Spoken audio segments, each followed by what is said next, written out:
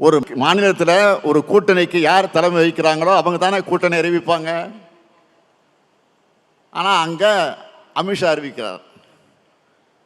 இதிலிருந்தே இவங்க லட்சணத்தை புரிஞ்சிக்கலாம். ஒட்டுமொத்தமாக பாஜகவோட கண்ட்ரோலுக்கு போயிருக்கு அதிமுக. ஒட்டுமொத்தமாக தமிழ்நாட்டையும் பாஜகவோட கண்ட்ரோலுக்கு கொண்டு போகத்தான் பழனிசாமி துடிக்கிறார். அதனால தான் அமித்ஷா இங்கே அடிக்கடி வர்றாரு. நான் ஏற்கனவே சொன்னது தான், மீண்டும் உறுதியோடு சொல்றேன், எந்த ஷா வந்தாலும் தமிழ்நாட்டை ஆள முடியாது. டெல்லிக்கு தமிழ்நாடு எப்பவுமே அவுட் ஆஃப் கண்ட்ரோல் தான். இதை மக்கள் கிட்ட நாம எடுத்துக்கிட்டு போகணும். பாஜக கூட்டணி ஆட்சி வந்தா தமிழ்நாட்டை என்ன பண்ணுவாங்கன்னு சொல்லணும்.